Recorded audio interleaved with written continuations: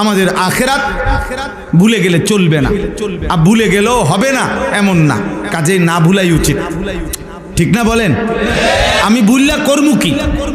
আমার তো আর বিকল্প পথ নাই, আমাকে তো মৃত্যুর মুখে যাইতেই হবে, আমাকে তো কবরে যেতেই হবে আব্বা, আমার তো আল্লাহর সামনে যেতেই হবে।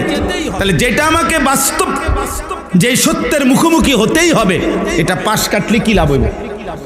তুমি নামাজ না পড়া করবাটা কি? করছো কি তুমি? আল্লাহকে সেজদা যারা দাও না বাবা, বিষয়টা কি আসলে? একটা তো কম, আমি অনেক চিন্তা করি এটা। বেনামাজি এই হাইওয়ান এটা কি মনে করে, কেন নামাজ পড়ে না? আমার খুব মানে মনে মনে হয় যে আমার মন চায় আর কি, যে কলিজা খুললে যদি চাইতারতাম যে তে আসলে কি মনে করে, কারণটা কি, কেন নামাজ পড়ে না? আমি এটা বুঝি না আসলে। একটা তো বলে হুজুর এর দ্বারা আমার আমি যে নামাজ পড়ি না এতে করে আমার শরীর স্বাস্থ্য আগের চাইতে অনেক হৃষ্টপুষ্ট হয়েছে, আমার আরো টেয়া পয়সা হয়েছে, অথবা আমার কিছু একটা হয়েছে, কিছুই তো দেখলাম না। বরং শেষ পর্যন্ত তো হারাম অন্যায় ভাবে যেই দুনিয়ায় কিছু জোড়াইছে সময়ের ব্যবধানে, সে শেষ পর্যন্ত মানুষের কাছে লজ্জিত আর ঘৃণিতই হয়েছে।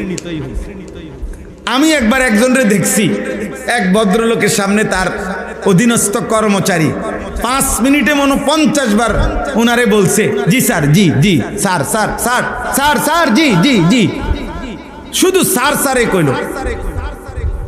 উনি চলে যাওয়ার পরে আমি সবার ব্যাপারে বলি না, আমি শুধু ওই বেটারে দেখছি। সে আমার সামনে কইল হুজুর মন্ডা চাইছে তার ফাঁসাতে একটা লাত্তি দিই, এ যারে এতক্ষণ স্যার গেছে। আমি বললাম আস্তাগফিরুল্লাহ, আপনি কি বললেন? আমি নিজে দেখলাম স্যার বলতে বলতে ফেনা উঠে এলেন, এখন আবার কি বললেন এটা? হুজুর আপনি জানেন আমি কি? তার পুরাটা শরীর কাঠটা সুদখোর, পুরাটা সুদখোর। তাইলে বেটা তোর কর্মচারী তোরে সুদখোর কয়, তোর জীবনে 2 পয়সার কোনো মূল্য আছে বেটা? তো তুই ফসে দিয়ে করবি কি বেটা?